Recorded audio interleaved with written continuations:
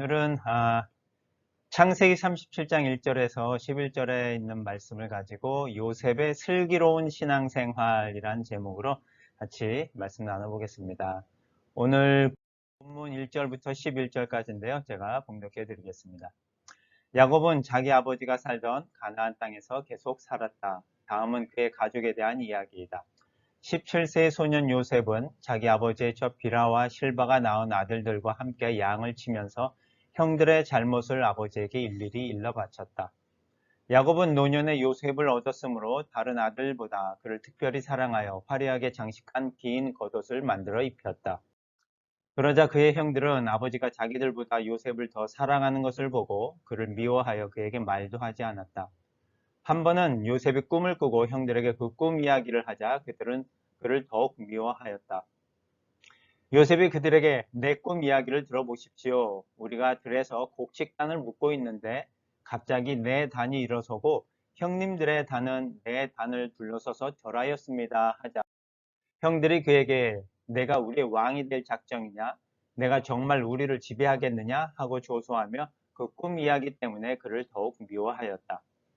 요셉은 다시 꿈을 꾸고 형들에게 내가 또 다른 꿈을 꾸었는데 꿈에 보니 해와 달과 11개의 별이 나에게 절하였습니다 하고 또 그 꿈 이야기를 자기 아버지에게도 하였다. 그러자 아버지는 내가 꾸었다는 그 꿈이 도대체 무엇이냐? 나와 내 어머니와 내 형들이 정말 내 앞에 가서 땅에 엎드려 절하겠느냐 하고 그를 꾸짖었다. 요셉의 형들은 그를 시기하였으나 그의 아버지는 그 말을 마음에 새겨두었다. 오늘 본문의 내용은 여러분이 잘 아시는 요셉의 꿈 이야기입니다. 요셉이 꿈을 두 번 꿨죠. 곡식단과 해와 달과 11개의 별이라 나오는 두 꿈을 꾸었는데 뭐 비슷한 그 두 꿈을 꾸었는데 그 꿈 이야기를 갖고 우리가 뭐 비전을 갖자 뭐 여러 가지 좋은 해석들로 요셉이 꾼 꿈을 통해서 우리도 한번 그런 좋은 꿈을 갖고 살아보자 라는 뭐 그런 류의 말씀들을 많이 전하고 들었을 것 같습니다. 근데 오늘은 과연 그 꿈을 통해서 요셉이 어떻게 살았고 우리는 어떻게 그 꿈들을 해석하며 살아야 할지 한번 봤으면 좋겠습니다. 매년 새해가 첫 시작될 때마다 뭐 다들 꿈 또는 뭐 우리 밤에 꾸는 꿈이라고도 말할 수 있지만 여기서 말하는 꿈은 뭐 올 한 해의 바램 또는 희망사항 뭐 그런 내용들의 것인데 아마 여러분들 각자가 올 한 해를 시작하면서 여러 가지 또 바램이나 희망사항 뭐 꿈들을 꾸었을 것 같습니다. 그런 꿈들 가운데서 하나님이 과연 어떻게 우리 가운데 일하시는지 한번 봤으면 좋겠습니다. 요셉이 꿈을 보는 그런 자세들을 한번 봤으면 좋겠습니다. 먼저 요셉이 꿈을 꿨는데 거의 비슷한 꿈을 두 번이나 꿈을 꿨을 때 아마 뭐 저나 여러분도 마찬가지겠지만 사실 영적인 측면에 우리는 상당히 약한 모습들을 많이 가지고 있어요. 그래서 어느 누구나 이런 비슷한 꿈을 요셉처럼 두 번을 꿨다 그러면 우리 마음속에 상당히 오래 자리 잡고 과연 이게 무슨 말을 하는 걸까 무슨 뜻일까 하면서 그런 내용들에 상당히 좌지우지되고 영향을 받는 게 연약한 우리 인간의 모습입니다. 마찬가지로 요셉도 그렇게 동일한 두 꿈을 꿨는데 그 꿈이 하도 보통 꿈은 아닌 것 같아서 형들에게도 얘기하고 아버지 어머니에게도 얘기를 하고 하면서 그 꿈에 대한 해석, 그 꿈이 무슨 내용일까라는 것을 아마 요셉도 많이 생각해 봤을 것 같습니다. 그런데 그 꿈에 대해서 먼저 가족들은 어떻게 해석을 했는지 우리가 한번 봤으면 좋겠어요. 요셉이 꾼 꿈에 대해서. 그 요셉이 꾼 꿈을 형들에게 얘기했을 때 형들은 그 꿈을 듣자마자 이렇게 얘기를 한 거예요. 내가 우리의 왕이 될 작정이냐? 내가 정말 우리를 지배하겠느냐? 우리도 그렇지만 요셉이 그 꾼 꿈을 딱 들었을 때 누가 봐도 그 꿈은 요셉이 가운데 있었고 형들이 절을 했으니까 요셉이 왕이 되고 요셉이 형들을 지배하는 그런 꿈의 일정이 아닐까라고 우리도 쉽게 그런 식으로 해석을 할 것 같아요. 그리고 아버지에게도 해와 달과 11개의 별에 대한 꿈을 꾼 것을 얘기했을 때도 아버지도 동일하게 어떠한 해석을 했냐면 내가 꾸었다는 그 꿈이 무엇이냐? 나와 어머니와 내 형들이 정말 내 앞에 가서 땅에 엎드려 절하겠느냐? 이것이 우리가 그냥 쉽게 생각할 수 있는 요셉이 꾼 꿈에 대한 해석입니다. 그리고 누가 봐도 그 꿈은 요셉이 왕 같은 존재가 되고 가족들과 부모가 다 요셉에게 절을 하는 그런 상황이 언젠가는 올 것인가? 라는 그런 해석들을 하게 되는 것입니다. 그런데 과연 요셉은 그 꿈을 어떻게 해석했고, 그리고 우리가 아는 것처럼 요셉은 나중에 꿈을 해석하는 것을 통해서 총리의 자리까지 올라가는 그런 상황을 우리가 알고 있습니다. 그런데 초기에서부터 요셉이 과연 그 꿈에 대해서 마음속에 간직하고 있었고, 심지어는 아버지 야곱까지도 요셉이 꾼 꿈을 마음에 간직하고 있을 정도였는데, 요셉이라면 본인이라면 더 그 꿈에 대해서 뭔가 깊은 아, 마음을 갖고 있었을 것 같아요.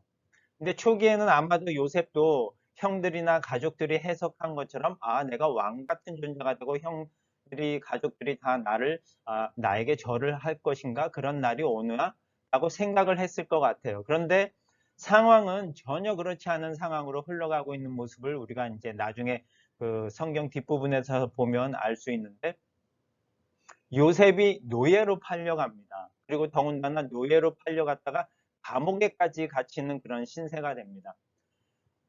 어떻게 보면 감옥에 갇혀 있는 그런 신세로 점점 떨어지고 나락으로 굴러 떨어지는 그런 모습을 통해서 요셉이 과연 이 꿈이 맞는 건가? 내가 왕 같은 존재가 돼서 모든 사람들이 나한테 절을 해야 되는데 오히려 나는 왕 같은 존재가 되는 게 아니라 점점 밑으로 가는 상황밖에 안 되고 그런 상황 가운데 있을 때 아니 이 꿈이 뭐야? 이거 진짜야? 가짜야? 아니면 혹시 뭐 개꿈 아니야? 라고 이런 식으로까지도 생각하고 절망하고 또 낭망할 수 있는 상황 가운데 분명히 빠질 수 있다는 것입니다. 그런데 이 요셉은 그런 역경 가운데서 어떠한 것을 발견하냐면 우리가 뒷부분에 가면 창세기 40장 8절이나 41장 16절에 보면 요셉이 이 꿈에 대한 해석에 대해서 형들과 가족처럼 한 게 아니고 뭔가 다른 것을 발견한 것을 봅니다. 40장 8절에 보면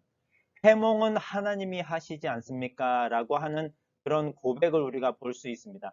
요셉이 감옥에 갇혀 있었을 때 그 바로 왕이 두 신하의 꾼 꿈을 해몽을 해주면서 해몽은 우리가 하는 게 아니고 하나님이 하시는 것입니다. 라고 고백을 합니다. 그리고 바로가 꾼 꿈을 또 해몽하는 자리에서 요셉이 어떻게 고백하냐면 나는 할 수 없지만 하나님이 왕에게 그 꿈의 뜻을 말씀해 주실 것입니다. 라고 하면서 이 꿈을 해석하고 또 해몽하는 그것은 하나님만이 하시는 거지 우리가 사사로이 그렇게 해몽하지 않는다라는 그런 가르침을 깨달음을 요셉이 얻는 것 같습니다. 그래서 아마도 요셉이 자기가 꾼 그 두 꿈에 대해서 형들처럼 해석을 하는 그 잘못을 범하는 게 아니라 그 꿈은 분명히 하나님께서 해석하실 것이고 뭔가 다른 내용의 뜻이 담겨 있을 것이다 라고 생각하게 되는 요셉을 우리가 발견하게 됩니다. 그리고 45장에 가서는 요셉이 꾸었던 그 꿈을 어떤 식으로 해석을 하는지를 우리가 엿볼 수 있는데 45장 5절에 보니까 형님들이 나를 이곳에 팔았다고 근심하거나 한탄하지 마십시오. 하나님께서 우리 가족을 구하시려고 나를 형님들보다 먼저 이곳에 보내셨습니다. 하나님이 놀라운 방법으로 형님들을 구원하고 형님들과 형님들의 자손들이 살아남도록 하기 위해서 나를 형님들보다 먼저 보내셨습니다. 이제 총리의 자리에 올라간 요셉입니다. 누가 봐도 사회적으로 성공하고 제일 왕 다음 가는 그런 위치에 있는 요셉. 그러면 당연하게 요셉의 마음속에 이제 내가 지난번에 꿨던 그 꿈이 이제 실현되는구나. 형들이나 가족들이 와서 다 나한테 절을 하겠지? 라고 생각할 수 있지만 그 역경 가운데서 요셉이 깨달은 것은 그런 식으로 해석하는 게 아니라 하나님이 나의 가족을 구원하시려고 그런 꿈을 꾸게 하시고 나를 이런 자리에 만들어 주셨구나. 구원이라고 하는 측면에서 그 꿈을 해석하고 바라보게 되는 요셉을 우리가 볼 수 있다는 것입니다.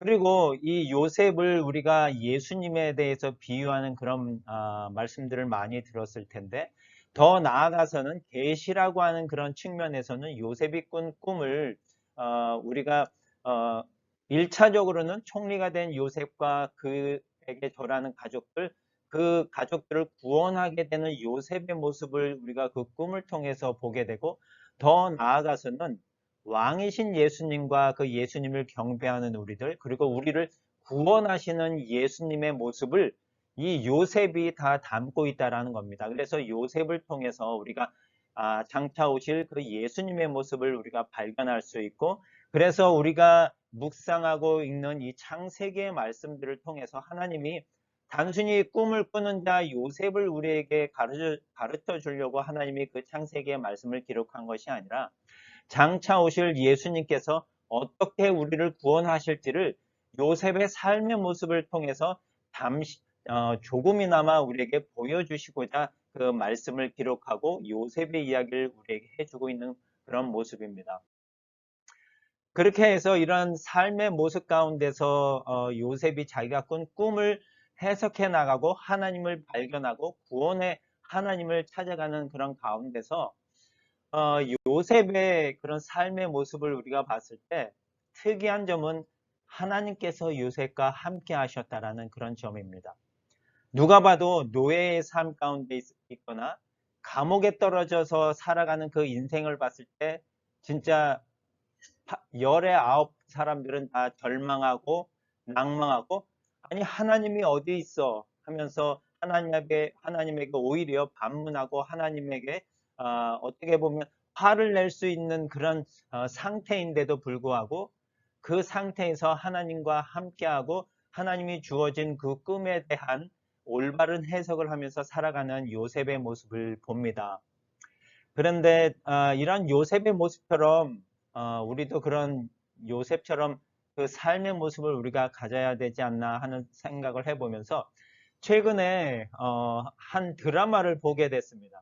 원래 드라마를 이렇게 잘 보는 그런 스타일은 아닌데, 왜냐면 저희 집에 이 TV 주도권을 갖고 계신 분이 드라마를 안 보세요. 그러니까 뭐 저도 당연히 드라마를 볼 이유도 없는데, 최근에 한 드라마를 우연찮게 중간에서부터 보게 됐는데 너무 재미있어서 끝까지 보게 됐는데, 아마 여러분도 거의 다 보셨을 거예요. 재벌가의 막내 아들인가 어, 드라마를 보면서 두 가지를 그 드라마 속에서 보면서 이런 모습들이 우리 삶 가운데도 적용되면 좋겠다라는 것을 한번 생각해 본 적이 있습니다. 하나는 예레미야 29장 11절의 말씀을 통해서 한번 나눠봤으면 좋겠는데, 너희를 두고 계획하고 있는 일들은 오직 나만이 알고 있다. 내가 너희를 두고 하고 있는 일들은 재앙이 아니라 번영이다. 너에게 미래에 대한 희망을 주려는 것이다. 세상 사람들은 연초가 되면 올해 나의 운세가 어떻게 되지? 어떤 일들이 있을까라고 미래에 대한 궁금증을 갖고 다른 곳을 찾아갑니다. 그런데 예레미야 29장 11절에 분명히 하나님이 이렇게 기록하고 계세요. 너희를 두고 계획하고 있는 일들, 미래에 대한 그런 일들은 오직 하나님만이 알고 있다는 겁니다. 다른 곳에 가서 우리가 찾으려고 하지 말라는 말씀입니다. 하나님만이 우리의 미래를 알고 있는데, 그 미래는 어떠한 미래냐면 번영과 희망을 주시고자 하는 하나님의 그 미래입니다.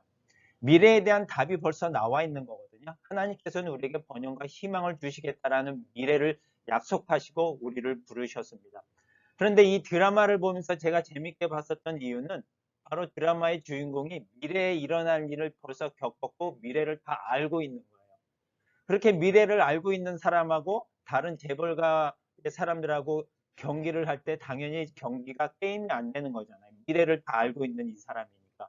그 사람은 미래를 알고 있기 때문에 당장에는 내가 불리하고 어려운 가운데 있다 할지라도 미래에 어떻게 될 것을 알고 있으니까 그 모습을 그냥 즐기면서 그냥 넘어가고 결국에는 이기는 그런 모습을 볼 수 있거든요. 그런 모습을 보면서 하나님께서도 우리에게 벌써 다 나와 있는 미래를 주셨는데 왜 우리는 그 미래를 모르고 진짜 어디 가서 찾으려고만 하고 늘 낭망하고 불안해하고 두려워할까라는 그런 생각을 한번 해봤습니다.